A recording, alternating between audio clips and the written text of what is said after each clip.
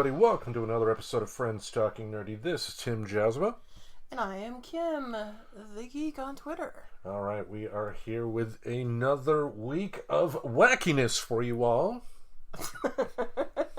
Okay. Another week of wackiness. You know what I mean. Whack. We hope, for the folks that do listen, not the biggest audience in the world, but every listener counts. We hope that the folks that do listen, that do download, even if you're not an every week listener, if you're listening to this and it gets you through an hour or so of your life without having to worry about some of the nonsense we're reading about on television today, reading about on the internet. I was going to say reading about on television? Think about it. The 24-hour news networks have a lot of graphics on it. So, nah. I just confirmed my stupidity for my mistake. Yeah, okay. Yeah, baby. Yeah. Oh. Dude, have you been eating my jelly beans? No. Just come on. Get a chance to slap my back, Okay. All right. So, we had a challenge for you. We were talking last week about different things, and the idea of recasting the A-Team with women came up. All right. So I went ahead and did it. I have recast it. This is going to be a $1 to $2 billion blockbuster, people. So, folks in Hollywood, get your pen and papers ready. Okay. Who do we got in the main lead? All right. So the main lead in the original A-Team was Hannibal. George Papard. And he was kind of the leader of the team. You know, he would smoke cigars and be all like, har, har, har, har, we fooled them again, har, har, har. That's kind of what his character would do. I love it when a plan comes together. Yeah, exactly. So for Hannibal, I decided on Cate Blanchett. Damn right. And this could be I think this could be either TV or movie, either one. But I went with her because she's got a sense of humor, because she's done some wacky stuff, but she's also very serious actress at times too. She's just talented. She's all the way around talented, and great choice there. She could be in most anything. Yeah. And one cameo I'd love to point out to folks that I feel epitomizes how great she is as an actor was her cameo in Hot Fuzz. You don't see her face. You only see her eyes. But as an actress, she was able to convey the emotions of her character with just her eyes. That is not as easy as it looks. She is one hell of an actress. She is a great actress. Just even when she was in Lord of the Rings as Galadriel. I mean, come on. I love that meme. I said, get you a girl that can do this, and then it was her in the Lord of the Rings, and also this, and then her as Hel in Thor Ragnarok. Yep. I love it. Yep. Okay, so for the A-Team, the character of Face, or the Face Man, who was always like seducing women to get things to happen. Hey, baby. So in this case, it's going to be Lucy Liu. Because I think she could pull it off. I am hesitating on that, not because I don't think she's a great actress. Her resume speaks for itself. I really love her work in Kill Bill, especially. Mm-hmm. Just when I don't get... But also, it's kind of rough to judge it, because my critique is, to your point, Face on the show was the romancer, was sleeping with every woman, and it's I'm thinking, what is the female equivalent of that? Because I don't think it could necessarily be played the same exact way. No, I'm thinking of her as more like just kind of a like slightly flirty, more like dominatrix type. Like, she slides in and she immediately sizes someone up and is like, okay, here's what was going to happen. And just basically convinces men to follow her with any means necessary. All right. I could see her doing that. And then she would have a catchphrase. She'd steal it from Mae West. When I'm good, I'm good. When I'm bad, I'm better. There you go. Boom. All right, so Mad Murdock, who was basically the crazy guy who could fly or drive any vehicle. Mm. So At first I was thinking maybe Melissa McCarthy, but then I was like, no, I don't think she's quite wacky enough. So I'm going with Kate McKinnon. Because I've seen her do some really weird characters over the years. Because she's been on a couple of different sketch shows, and she's been in movies, and she can just do the really wacky, just weird people really well. If I had a say in casting, I would cast that with Charlize Theron. No, she's too normal for that. No, right. No, if you were going to cast Charlize Theron, she'd have to be the face. She wouldn't do well as Mad Murdock. I don't think she's crazy enough. I've seen her in stuff that I think she could pull it off. I don't know. Yeah. I like my choice. All right. So B.A. Baracus, Leslie Jones. Do we have to go the comedic route? No, I'm not thinking. I'm just thinking because Leslie Jones can. I've seen her be like tough and not just funny. I think she could do it really well. And if they utilize her the way they utilize Mr. T on the show, she wouldn't necessarily have to do much. I just think that she would be. I think she'd be good for it. As an army mercenary, though, I don't see her as that. I can see it. I can see her as both, a little funny and tough. I think it would sort of recast her in the minds of a lot of people, but I could see her doing it. Okay.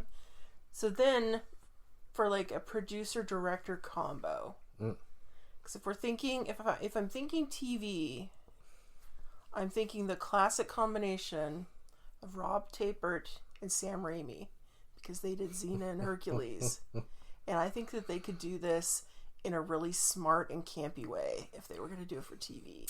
And I think even for a movie, if they teamed up, it would be really good. Yeah, I mean, I know a few years back they did. There was a reboot of the A-Team. Bradley Cooper was Face, yeah, and Liam Neeson was in it, and Joe Carnahan wrote and directed it. Good guy, good director.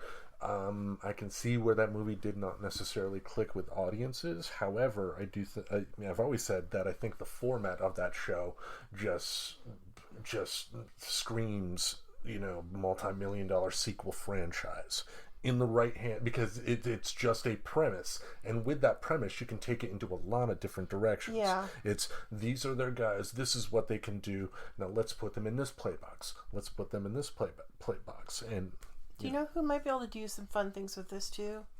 Joss Whedon. He could, but also look at the women that he cast, though. I mean, I think the term they use for Whedon casting is waif-fu. Yeah. The women all do look a certain way. They do tend to look a certain way, that's true, but, if he was to take my casting advice and switch things up... Damn right. I think it would. You would take him into a back room, smack him around. No. This is for Justice League, bitch. No. I'd probably just shake him and say, "Make more Firefly." No. You're not the only one, man. Just make some more Fireflies, please. No on me. Okay. All right. So, did you have fun doing it? Yeah, it was interesting because I was like, do I want to go comedy? Do I want to go serious? And part of me wants. I just feel like it could be a good mix of both. Look at the best. I mean, the Bond movies have always utilized comedy, even in the Daniel Craig era. They always have to. They always have some good lines in there where the whole audience laughs and stuff. And look at movies like you can have actual good comedic action movies. Beverly Hills Cop. Yeah. I mean, look at that. I mean, it's really is an underutilized market because, Hollywood thinks that people only want to see action or they only want to see comedy. Yeah, I like a mix. There has to be a mix. Now, because again, action. Die Hard, the greatest action movie of all time, is funny as hell from first frame to last, but it's not a comedy, obviously. Mm-hmm. And it just, if they found. I think like the Fast and Furious. I mean, you can't take those seriously. Did you ever see the movie Spy that had Melissa McCarthy? That one was really funny, and it had a lot of good action too. I mean, obviously, haven't seen it, so I can't judge that movie. From what I've seen her in, I'm not a fan. So generally, if I see her in something, I'm not going to check it out. I like her. I think she's hilarious. So. Wasn't Jason Statham in that movie, though? Yes, and his role was spot on. It was fucking funny. Yeah. I think you would have enjoyed that. Are there explosions? There are explosions, and there are car chases. But let me guess, there are plenty of scenes where she's improvising and she's not. No, not necessarily. I'd grit my teeth, hold my nose, and maybe I'd check it out. I don't know. I think it's on like at least one of the streaming services, so you could. Yeah, I mean, Jason Statham movies are pretty available everywhere. Yeah. But all right, got a couple of things we're going to talk about here. The first thing. WWE Raw occurred the other day when we're recording this. Now, I know in a previous episode I stated I wasn't going to watch, that company anymore, and I was not watching. I heard the news after the fact, but it was the Raw after the Money in the Bank pay-per-view that they had that was on the WWE Network, and for the women's Money in the Bank match, I guess what they did, the men and the women's Money in the Bank match, they just had it at the WWE headquarters building, and the concept was they had to fight from the ground floor to the roof and then get the Money in the Bank briefcase on the roof.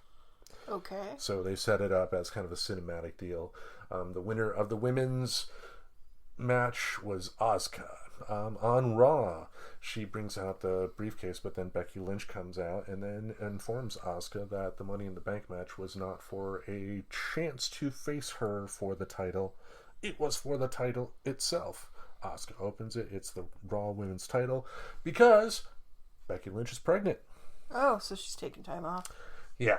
Her fiance is a WWE star, Seth Rollins. So there have been jokes online that that one bit of ejaculation from Seth cost the WWE millions of dollars. Because she's not going to be in the ring or anything like that. Okay. You know how people are. But I've always been a fan of hers. She seems like a really, really cool person. Love her persona. The fact that she got me interested enough in her to buy her t-shirt while she's still an active wrestler says something to her talent. So definitely wish her all the best. Right on. Yep. Also been reading a number of comic books lately.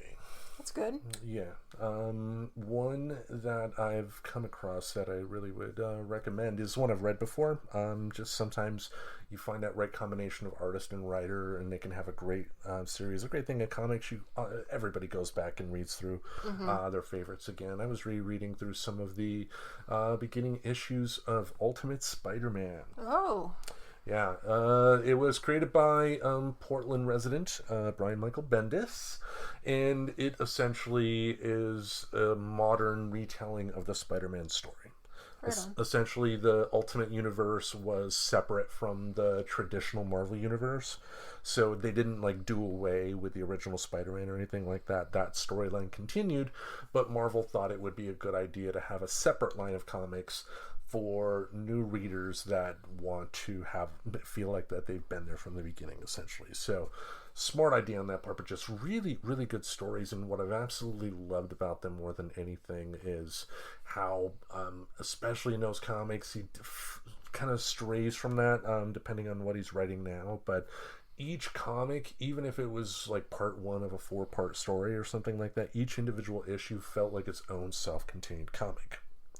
What I mean by that is this. I feel, especially that, when you have Marvel, I believe their regular retail price for one of their comics is $4.99. Something like that. Something like that, which, it's not like how it was for us when we were kids, when it was $1 or something like that, and that's what you got. Less than that. Yeah, I mean, $1 was right around $89.90, so earlier in the 80s it was cheaper. But just... it's not cheap to be a comic book fan. Granted, now with digital there are a lot more ways for people to get it, but still, it's a lot of comic book writers and companies forget the fact that every issue is going to be somebody's first issue.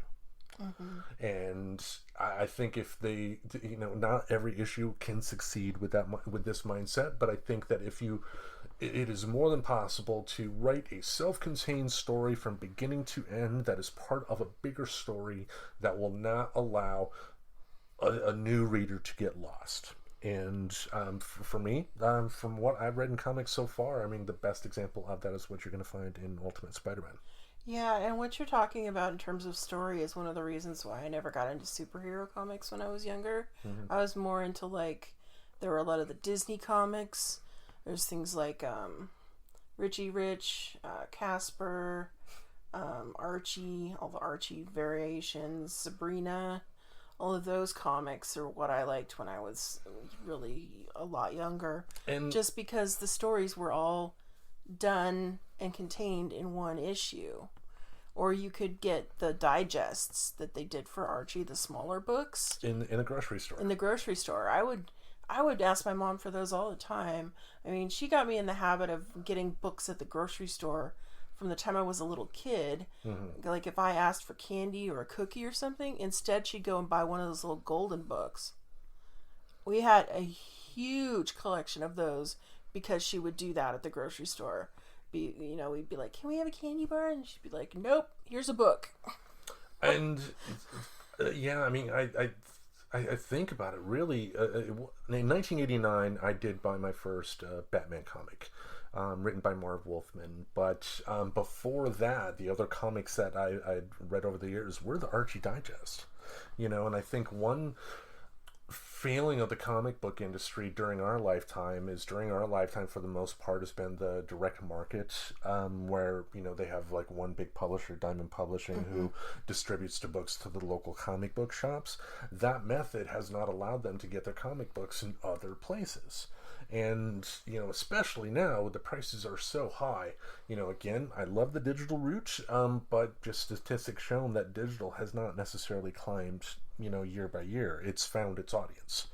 So if people are, especially in these times with comic book companies going on hold, people losing their jobs temporarily, you got to find a way to get the comics in people's hands. And for me, they have to find other ways to. I mean, DC ended up putting out a digest type of book, like 100 pages of like various classic Batman, Superman, Wonder Woman stories that they sold in Walmart. That is fucking brilliant. Yeah. Yeah, because again, they're going to be the digests that are up there in the magazines by the checkout stand. A kid's going to be in a cart and go, ooh, Superman. And then, it's like $1. Yeah. Yeah, and even like into the 90s, I started getting into the alternative comics because the superhero comics still weren't pulling me in at all. Because, once again, the stories could be told in one issue.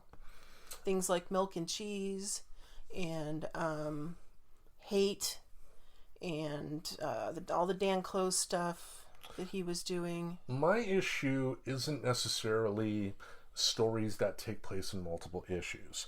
My issue, and it was the industry was notorious for this in the 80s and the 90s, and it started, I first noticed it with the first comic that I bought. It's just like, you can read part 1 of this story in Batman, part 2 of the story is going to be in Detective Comics, part 3 is in like that's ridiculous too. 3 different magazines in 1 month that you had to invest in. And this is, also in that time, it's pre-internet, it's hard to find this stuff. Unless there's, I understand their point. They're trying to get you to come back to the same comic book shop. But then what if they're out and they aren't going to get any more? It's just frustrating. Yeah. That's one of the reasons, too, why with books, I can't start a series in the middle. If the current release is book 3, it's like, sorry, I won't be buying that, not until I can read book 1. I can't read stuff out of order. It bugs the hell out of me. There's certain things in my brain when it comes to that sort of stuff. I can't do it. Yeah. Well, again, at the end of the day, the Ultimate Spider-Man comics, I feel, they would be ones I would recommend for you. Because well written, I strongly feel that I could throw issue 37 at you, and you would not only be interested in issue 37, you would be, going forward and also looking back, because it's written in such a way, again, to where issue 37, you as a first-time reader, I think you would just enjoy, diving into the deep end of that world. Well, I did read the Spider-Verse ones digitally. Yeah, the Spider-Verse was an event set in the main Marvel continuity, Earth 616. Okay.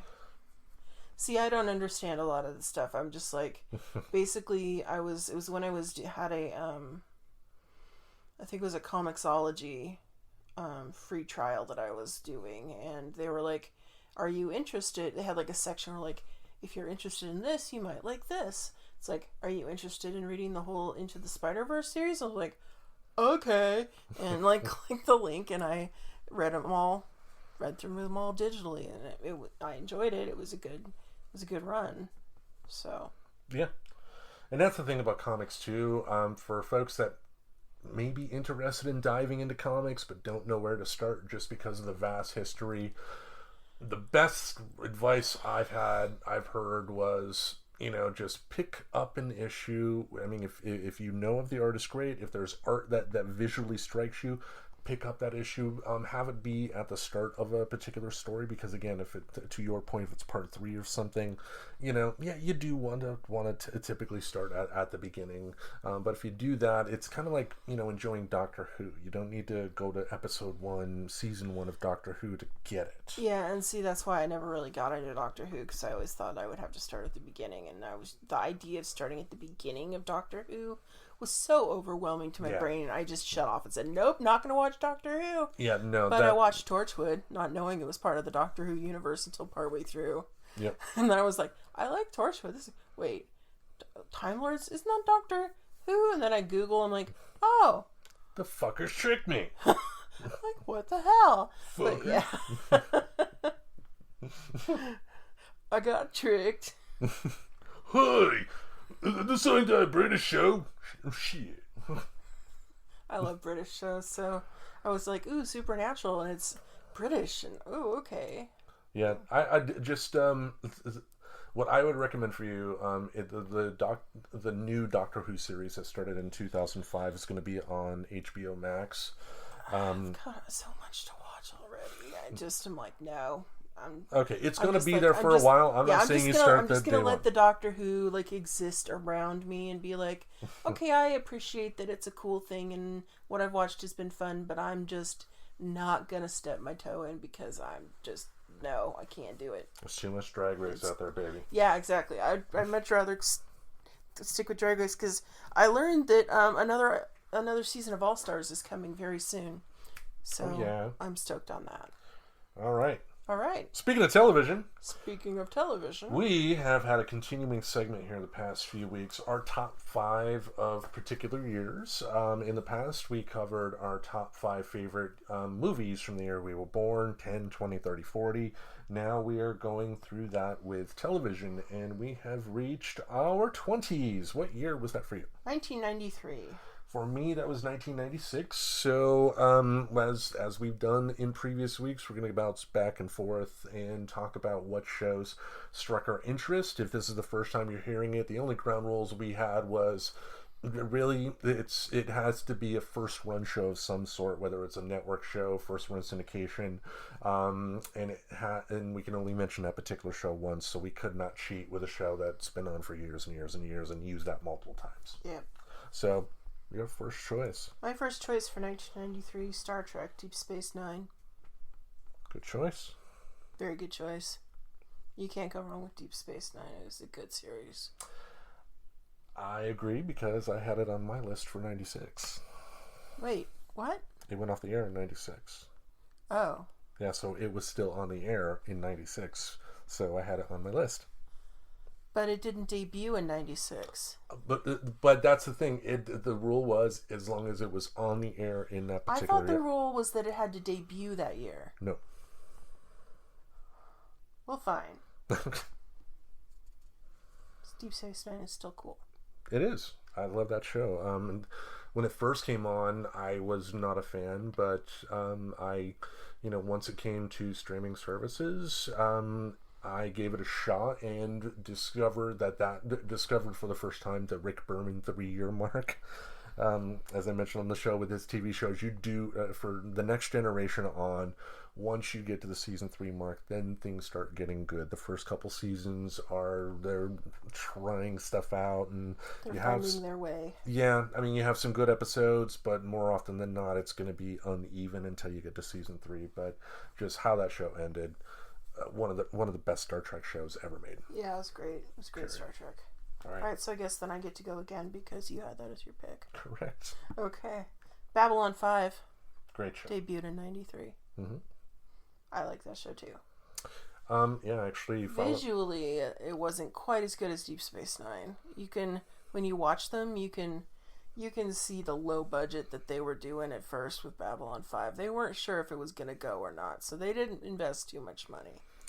Well, yeah. The funny part, though, is that J. Michael Straczynski brought Babylon 5 to Viacom Paramount first. He gave them the show Bibles for what he had planned for Babylon 5, and then they ultimately passed.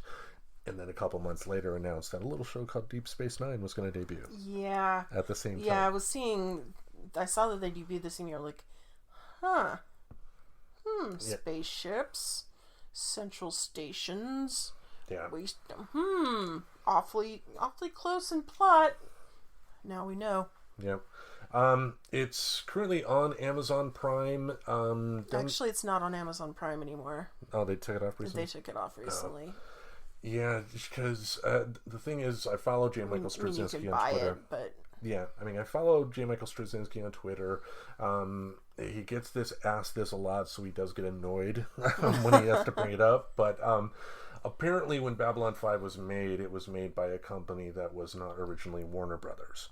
Warner Brothers now owns Babylon 5, but because they did not create it, they're not going to remaster it. They're not going to make a remake. They're not going to make a continuation film. They're not going to make a new TV show. They're not going to make a radio drama. They're not going to make a book. They're not going to do anything with this project. That's a shame. Yeah, except obviously with the bare minimum. It was on Amazon Prime. You can purchase it on Amazon Prime and whatnot. But it's not an HD cut or anything like that. But my next one. The Simpsons. I'm tired of The Simpsons, honestly. Well, I mean, it's a unique show in history because, I mean, generally comedies, even the more popular ones, are generational based. And once I mean, it was popular when I was in high school. Started when I was in junior high, so... And it's still going. Mm-hmm. Ay caramba. I mean, especially during this era, the show was, at a hitting their high mark. The seasons as of late, no, I'm not going to defend them and say that they measure up with some of the best of the show. But I love the fact that I have the ability to essentially pass on something I loved as a kid to my kids. Yeah, I can see how that would be appealing. But to your point as well, like we talked about on the show, I mean, comedy changes. What was funny in the 80s is not going to be funny now. So what the Simpsons have been able to do over time is find out how they can keep a big enough audience to still be on the air, but that means changing the type of humor that they do to appeal to that audience. So what I know on Disney Plus, the Simpsons shows I end up watching are generally going to be the ones from the first few seasons. Yeah. So anyway, what's your next one? Next one is the TV show Living Single, debuted in '93. It's kind of a silly show, but it had like Queen Latifah and Tootie, and yes, it did. It had Kim Coles, and it was an interesting Kim Fields. Kim Fields too, yes. Mm-hmm. Kim Fields was. Oh, it had Kim Coles as well. Yeah. I thought you were, because I said Tootie and then you said Kim Coles. So yeah, I was confused. Anyway, Anyway, it had a strong black cast, and it was definitely of its time. And just the fact that it had like Queen Latifah as a strong woman running her own magazine, I thought that was really cool at the time. Now, one thing I've heard is that show was ripped off by these producers who went to NBC, and they came up with a little show you may have heard of called Friends. Same type of format. People in their 30s. I believe it was like environment. Yeah, I think it was like half male, half female as well. It's... Yeah, I can see... I hadn't thought about it, but yeah, I see the parallels, definitely. Yeah. You have the black version, you have the white version.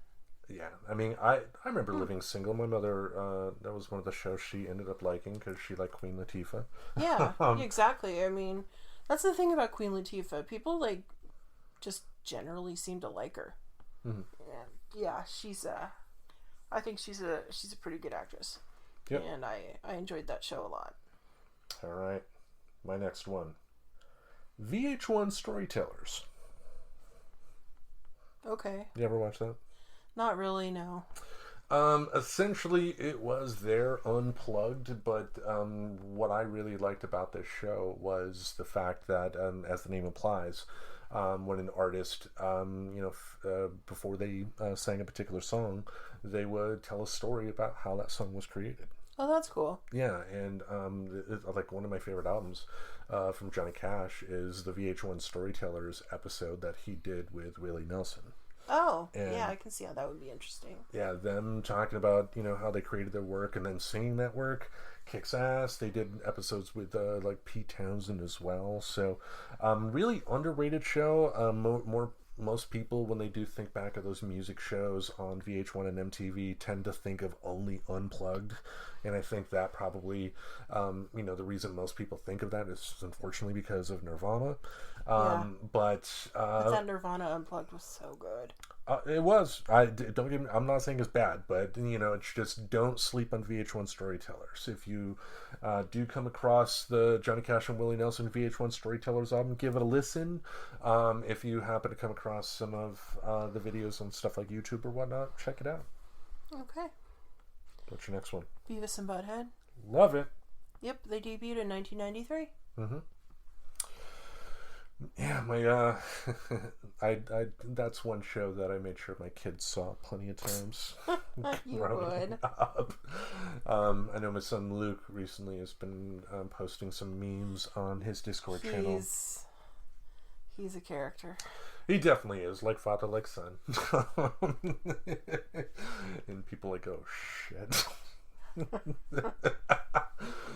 It's good, but yeah, we talked a lot about that show on this show already. I mean, yeah, there really isn't much more that we need to say about it. Yeah, just if anything, if you watch an episode, even the early episodes, just watch the brilliance of Mike Judge and that writing team's writing, because anybody can tell a dirty joke, anybody can tell a stupid joke, but it does take skill to properly build the humor in an episode so that by the time it ends, you're ending on one big healthy gut laugh. Very true. All right, my next one. Law and Order. Oh, gosh. Oh, and now we've got all the millions of Law and Order spin-offs. Oh, where would we be without Law and Order? I mean, there would be like no syndicated television these days without Law and Order. Yeah, I mean, they definitely helped with that, but I mean, but the beauty of Law and Order, I think people, because of streaming, people forget the beauty of having TV shows that are episodic like this, because you don't have to know a detailed backstory of the characters. Yeah. It's essentially just a peek into their lives at this particular time. And there are some characters you get close to on the show, but like a regular police force, those characters leave and then new characters come. It's just like a life on the job, and just something that you don't have to be invested in to enjoy. I mean, you can be in a boring hospital waiting room waiting for a doctor under normal circumstances, of course. TV in the waiting room is Law and Order. You're going to be watching it. Pretty much. I mean, it's simple entertainment because we all read the news. I mean, this is like a dramatic version of Cops. Yeah, and you know that, like, with at least with the original series and not like the spin-offs, the first half of the show is law, the second half of the show is order. So you always know that someone's going to get arrested, and then some kind of decision is going to be made. It's not always the right decision, but it's kind of like that was the thing I really loved about it. It was like so predictable. It's like the first half, and then you can see it sort of transitioning into the order from the law, and you're just it's a great show. Yeah, I mean, simple format, but it just simple but effective. Oh my goodness, effective and it's all age. It's all ages to some extent. I mean, it's not really meant for kids, definitely. But it's not done in such a way so that if your kids see it, they're going to be traumatized. Yeah, I would hope not. At least there's some. Although some of the SVU episodes, they're traumatizing to me, and I'm a grown woman, so yeah. But like the original episodes, I mean, you can watch it with your teen kids and all the way up to like grandma. I mean, grandma likes Law and Order. Everybody seems to like Law and Order. Yeah, it's all around decent show. All right, what's your last choice? Last choice is Rocko's Modern Life. It's a cartoon on Nickelodeon. I love that show. I really enjoyed it. How much weed did you use in order to... Okay, so when I was in college... That's not a no. 1993. We had free cable as part of our rent. And we watched Nickelodeon in the afternoons after we'd get home from school. And have a couple bowls. And yeah. Yeah, we would watch like Rugrats and Rocko's Modern Life. Yeah. I mean, it's right around that time that I stopped watching Nickelodeon, probably a couple years before that. I'm loving this YouTube channel that I discovered, Nick Knacks, but it's a detailed history of every show that Nickelodeon has ever done up to, I believe, Are You Afraid of the Dark? Oh. And just a detailed, fascinating history, but, you know... Nickelodeon is targeted to a very specific audience, and once you get past that, unless you have some young children of your own or some substances to help you, no, they're not. I would probably, actually, now that I think of it, I probably wouldn't watch Rocko's Modern Life unless I was whacked out on something. And like nothing wrong with that. Like, say if I, heaven forbid, I need more dental work and have to take painkillers again. Rocko's Modern Life would be the great accompaniment to that. Dude. Pretty much. You ever see Rocko's Modern Life on weed? Something like that. Alright, my last one. Superman, the animated series. Of course you had to pick Superman. Yes. It debuted on UPN. I believe on the WB. Why would it be on UPN? Because they're a Warner Brothers product. It was the WB.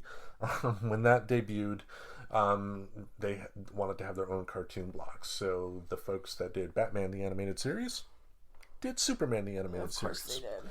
And it was Superman was voiced by Tim Daly. Dana Delaney was Lois Lane. Dana Delaney is a great actress. I didn't buy her as Lois Lane. I mean, Lois Lane for me has a certain feel. I saw the Lois Lane on the new Supergirl show because there is going to be a spinoff with her and Clark, a new Superman TV show, and she's really good. Does remind me of Margot Kidder, but you know, when you see the absolute perfect actor play a role like Margot Kidder, who coincidentally enough, it was a couple years ago today that she passed away.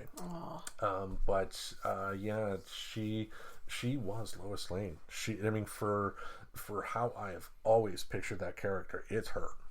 I mean, another actress can, of course, play that part. I'm not saying that, but they have to capture Lois Lane like how Margot Kidder captured her, because that was absolutely perfect. So, so my opinion on this is definitely skewed, but they had some great episodes. My favorites, though, are always when Mr. Mixelpiddock, voiced by the great Gilbert Gottfried, showed up. You know, hey, Soups! You know, type of deal. But the beauty of this show is that one thing DC has done right is with their animated division, going all the way back to Batman the Animated Series. That show progressed until you had the Justice League and Justice League Unlimited. Having decades of shows and stories available. It was the start of something really, really good. And Clancy Brown is Lex Luthor. Oh, He's a great actor. he's pretty good. Yeah. All right, that is my top 5. Next time you hear from us, it'll be our top 5 favorite shows from when we were 30. And I think this would be for me at least, where I think maybe Netflix started doing their own shows. Yeah, not for me. Yeah, because Netflix was definitely Netflix around. was around, but it was just the DVD service. Yeah, it was just at that like point. a DVD service. Yeah, exactly. Yeah. But we're at the time now to where internet TV shows, I would consider that today's version of first run syndication. Okay. So the only reason I'm saying that is for clarifying for next time, if there is something that you wanted to add that was a streaming show. I still think it should be when it debuted. Okay. But that's my rules, I guess. I don't know. Okay. Because there's a lot of shows that have been on forever, like The Simpsons, but it seems, yeah. Anyway, Right, moving on. Moving on. Album of the week. Album of the week. And there's a particular reason you did it that way. Tell the folks why. Because we're listening to Frank Sinatra. You sound so excited to be talking about Frank Sinatra here. It's like okay, so I did some research about Frank Sinatra, and he was kind of a egocentric control freak who had a lot of wives and was into having lots of mistresses, but then at the same time, he did a lot of sort of humanitarian work. He raised a lot of money for various causes. He wasn't racist. So he was a human being. I guess. He just comes across in this, because what we're listening to, this was Tim's choice. We're listening to the main event. The main event, and he just sounds so braggy and Well, the backstory on this album is this. This is a live album.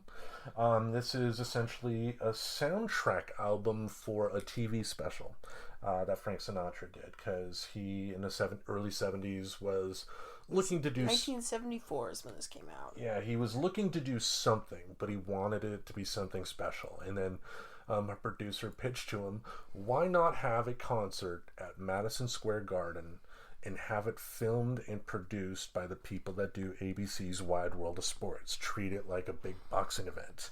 And they had Howard Cosell introduce it. It was great having that Howard Cosell introduction. Howard Cosell, we are live in New York. Carol Channing, hello, Dolly. Oh, it was just so cheesy. But it's Sinatra, though. It's to your point. I mean, a lot of the concert talk throughout here is him doing his swagger, but he's putting on an act in front of a crowd. He's entertaining. The thing is that you're saying it's an act, but at the same time, that's his actual personality. And I'm just thinking about all the women who had to live with that. He was married 3 times. Yeah, but he had all these other women and mistresses, and who doesn't? You don't. I don't. But I don't know. The excessive male braggadocio, or however you say it just really turns me off, and I start hearing that, and I'm just like, boom, tuned out. Nope. So note to self: no Space Mountain references in this episode. Woo! Oh, Tim. Anyway, so the introduction by Howard Cosell was essentially like an intro that, Howard Cosell may have done for a Muhammad Ali. It was basically if you were watching a red carpet event, and instead of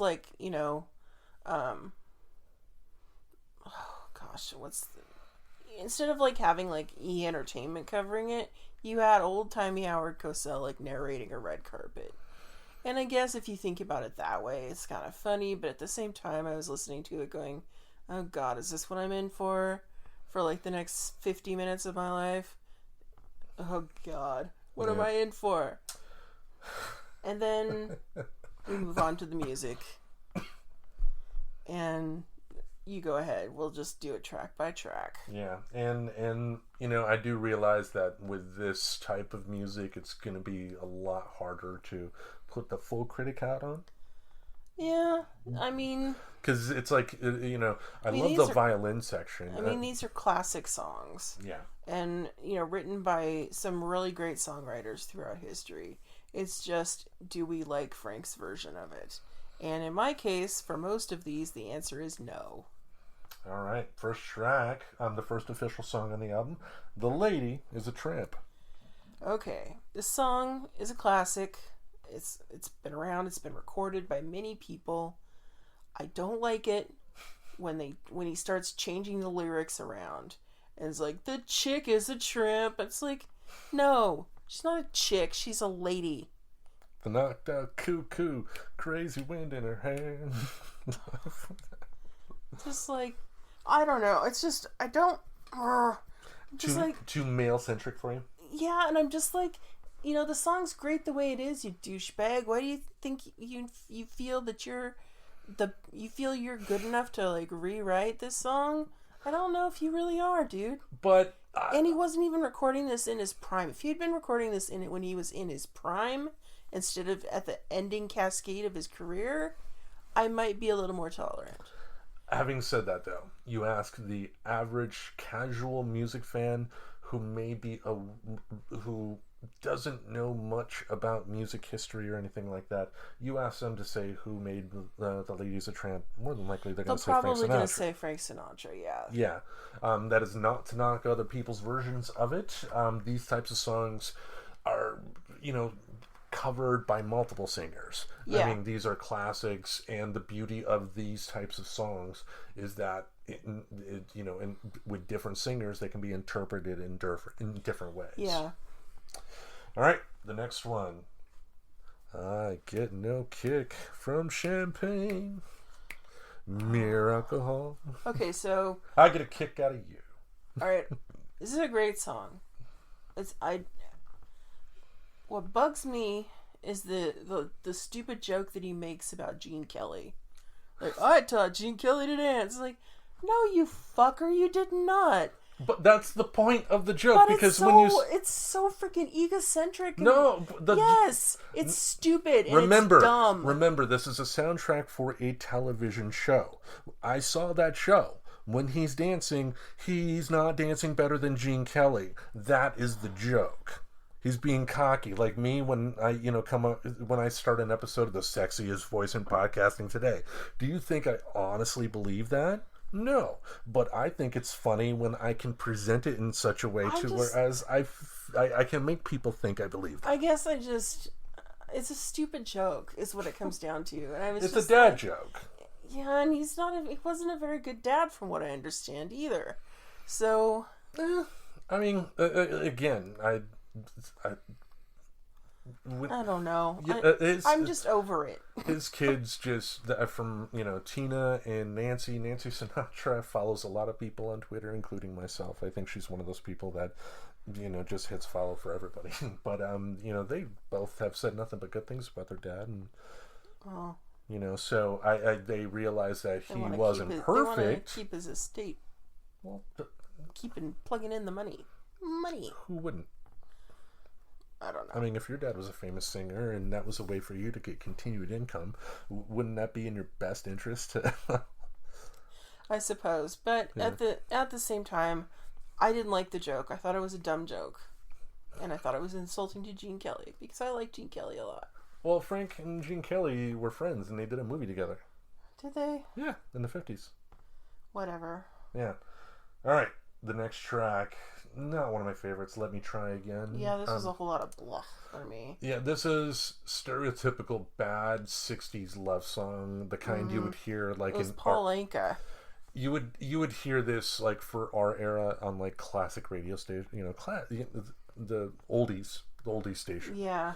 You know, just it just feels old. It sounds old. It's not good. It doesn't stand the test of time. Similar to the next one, Autumn in New York. Yeah, I didn't like that one either. I was just like, oh, this is so sappy. Yeah, just it kind of. I mean, maybe I didn't hear any definitive cuts in this. I believe that from first track to last, this is the full concert, and it's not like they do with some concert recordings and take like recordings from one show and then another show and meld it together. Yeah, they didn't do that. It just kind of felt like, to our point, they went a little too low in terms of pacing. You know, they started on such a high note and then went way too low. They went like, yeah, exactly. Because any concert has its ups and downs in terms of pacing, and it went the really slow, sappy, oh my god, slice my wrists open kind of. I don't know. I just was like depressed listening to it, going, God, when is this song gonna be over? I feel like a woman in the 60s who's in her 50s who just got divorced for the first time. Oh my god. Sure. Anyway, I don't know what that means, sorry. Okay. The next track, one of my favorites on the album, but one of my favorites from him, period, no matter when he covers it. I've Got You Under My Skin, the Cole Porter classic. I mean, that is a classic, and then he messed with the lyrics again. Fucker. How so? What lyrics in particular? He was like, okay, so there's points in the song where the words kind of run together, and it's meant to do that, and it's supposed to go in a certain order, and then he starts throwing in words that don't go there. Let me find the part that I'm thinking of. Well, I know in his era, he had to, I mean, there weren't, like in modern concerts, a lot of times the singers will have like teleprompters with the lyrics on stage if they need it. But, you know, he was of an era where they didn't have that, and so he had to memorize it, but human memory's not perfect, and also he, as an interpreter in a crowd putting on a performance, would, you know, put his own little spin on it. Did it always work? It did not always work. I'll be the first to admit that, and I think he would admit that too. Okay, so there's this part where you're like, it's a pacing thing for me, and it's all like, I would sacrifice anything, come what might, for the sake of having you near, in spite of the warning voice that comes in the night and repeats how it yells in my ear. And he was like, all like, and it repeats, and it's, it was just awful the way he like did the pacing parts. I just didn't like it. I was like, that's not how it goes. No. Okay. I think it's because I really like Cole Porter a lot. I really like Cole Porter a lot. And when you mess with perfection, it bothers me. And again, too, this is a live performance. His studio recordings of this song. Yeah, I know it's a live performance, but it doesn't give you... You don't get to redo Cole Porter. I'm sorry. Okay. But on another note, he kept mentioning... I thought it was good of him to mention who was arranging each piece. Because he does... The music itself, not the lyrics, the music was perfection on this album. All the Nelson Riddle arrangements were amazing. Nelson Riddle is freaking great. He's great. He's also the one who did all the music for the 1960s Batman. He did all the scoring for that. I know he did the movie. He did all the TV show stuff too. He was the main person on the Batman album that I had that was all bits and blops from the TV show and the movie. Let me double check here pretty quick. Again, I know he did the movie, so I'm just double checking for my own curiosity here. Yes, indeed. It was Nelson Riddle. Yep. Look at that. Yep. Cool. He's very talented. Definitely very talented. And again, I've got a soft spot for Sinatra's take on this song. So yeah, I dug it. Are there better interpretations that he's done over the years? Of course there are. There's better interpretations other artists have done over the years of this song. definitely. Oh, and that's the beauty of Cole Porter. I mean, Yeah, Cole Porter is timeless. Timeless, and yeah, I mean, it shows the beauty of him as a songwriter. That, when was he his major creative period? In the 20s, right, or earlier than that? 20s, 30s, 40s. Something like that. But you have a modern artist today singing that song, it's going to get in the top 10. I mean, it's a song that can speak to you. But anyway, the next track, a cover of the Jim Croce song "Bad Bad Leroy Brown." Now, this is one of my favorite Jim Croce songs. I did not like his rendition of it. It's not meant to be done in this style. Because the original style, it's honky tonk. It's kind of honky tonkish. Because you got the pounding piano and the dun dun dun dun dun dun dun dun. A full orchestra doing this, just it wasn't quite right. I get it, and I agree with you on this song. This was during the period in the 60s and the 70s when he would do covers of popular songs. Yeah, this was a popular song. And like Kenny Rogers doing that song with Wyclef Jean. I know. I would put this in this category. It's it's him just sort of fucking around, being goofy. No, I think it was his way of letting his core audience know that the popular songs of the now modern era in the 70s are not bad at all, and should be something you should check out. I mean, it was his way of essentially telling his audience that, and also his way of reaching out to younger audiences to give him a try. Because think about it with Johnny Cash with his later years. I mean, he had songs that were up for MTV Video Music Awards and sold more than I believe he did when he was alive.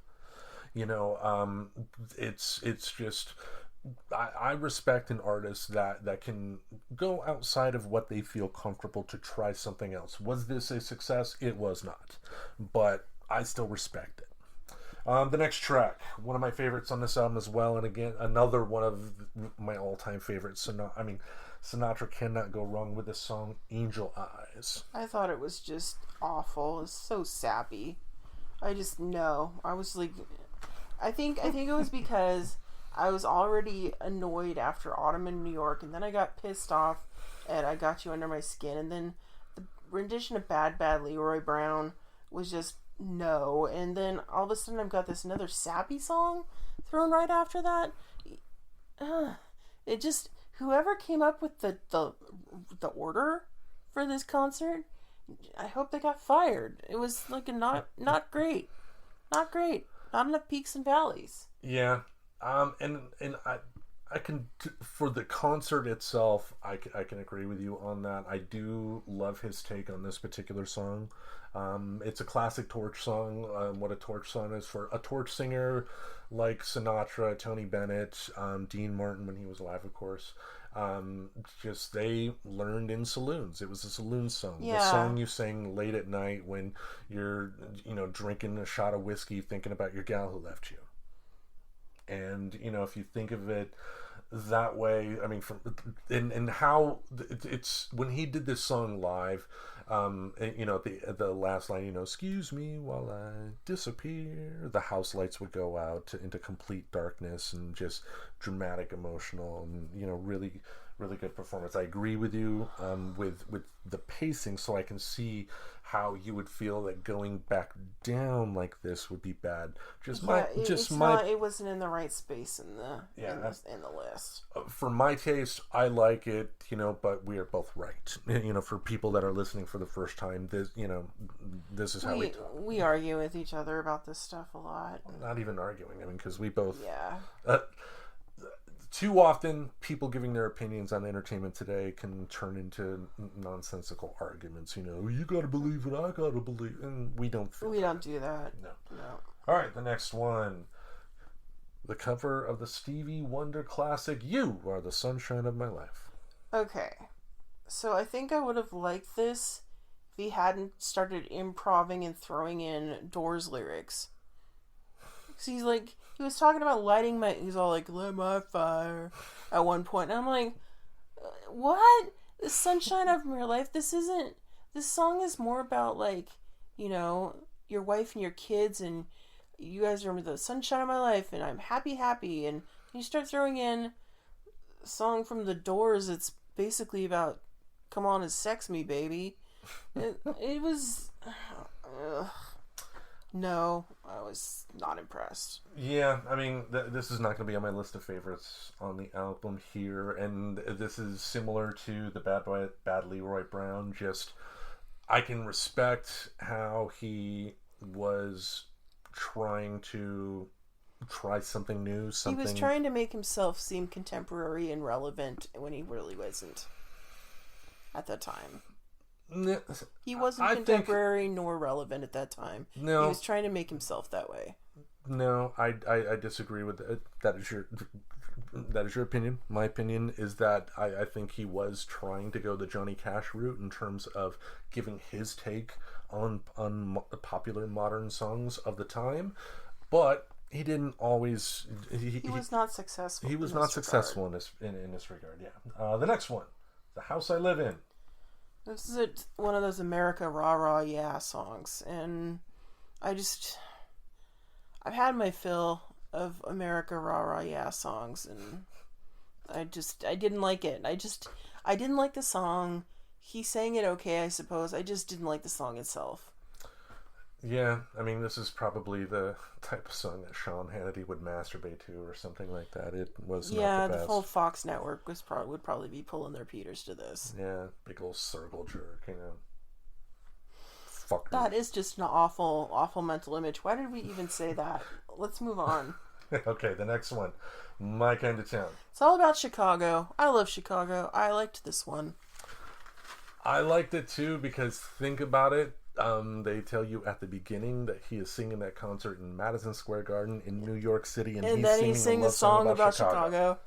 And that's kind of what I liked about it. I was just like, he's kind of going, yeah, New York. Yeah. At the same time, even though he loves New York because he's obviously sung about New York many, many times. But yeah, I like Chicago, and I like that song, and I thought it was done pretty well.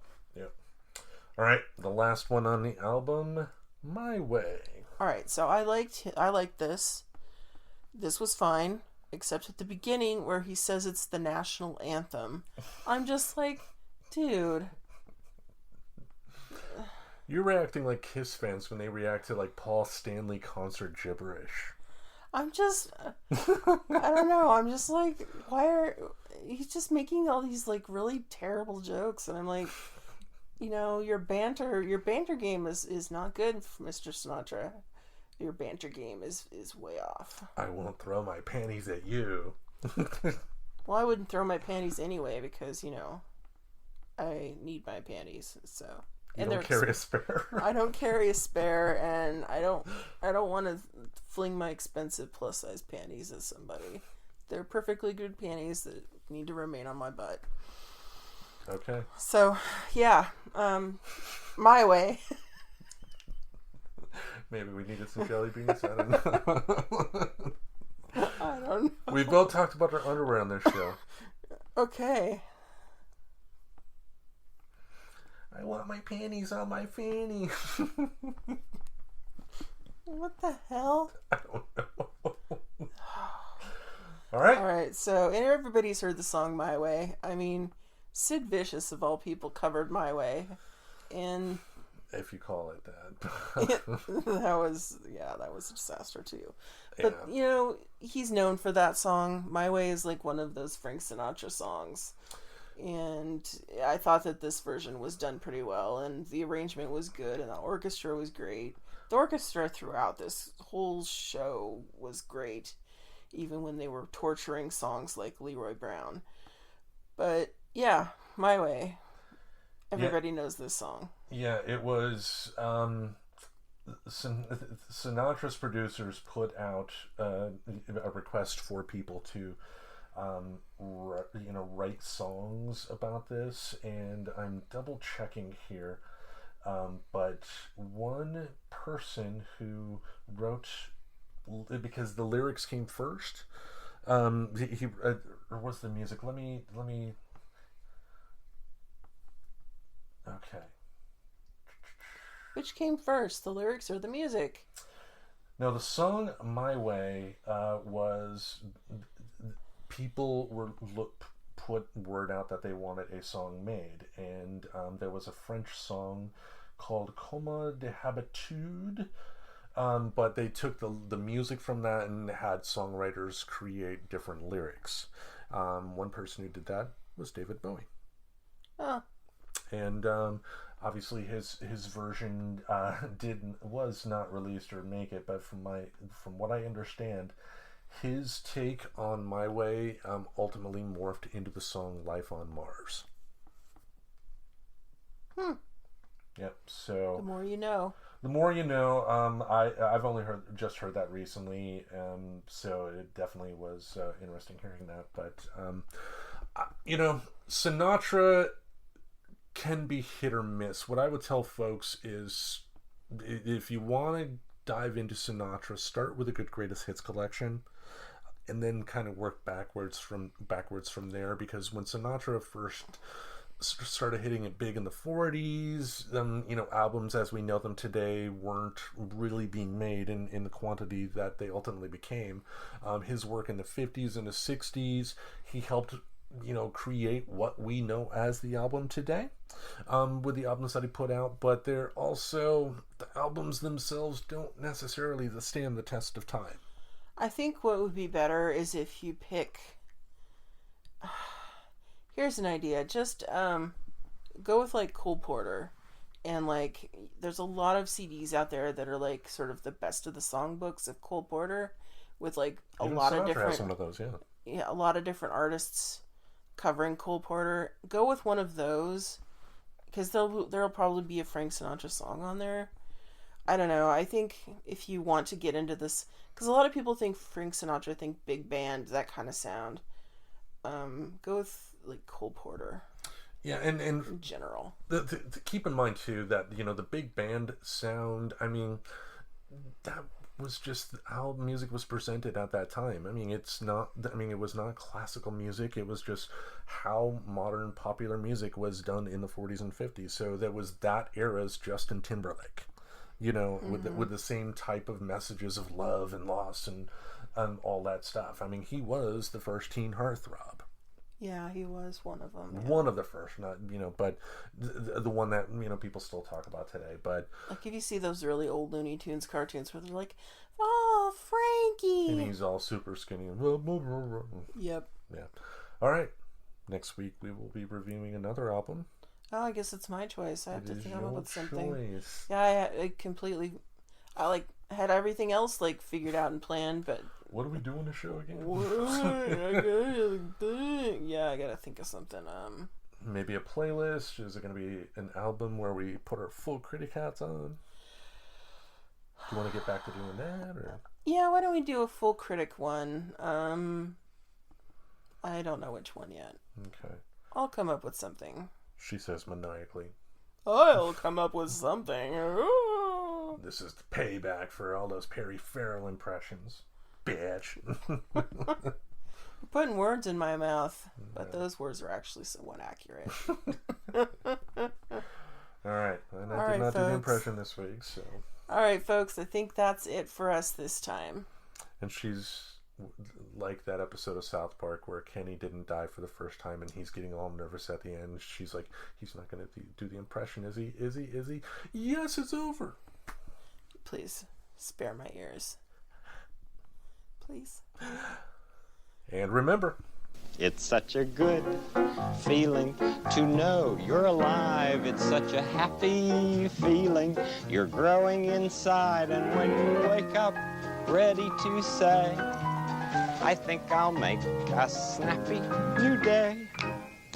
It's such a good feeling, a very good feeling. The feeling you know that I'll be back when the day is new, and I'll have more ideas for you, and you'll have things you'll want to talk about. I will too. You always make each day such a special day. You know how? By just your being you. Only one person in the whole world like you. That's you yourself. I'll be back next time. Bye-bye.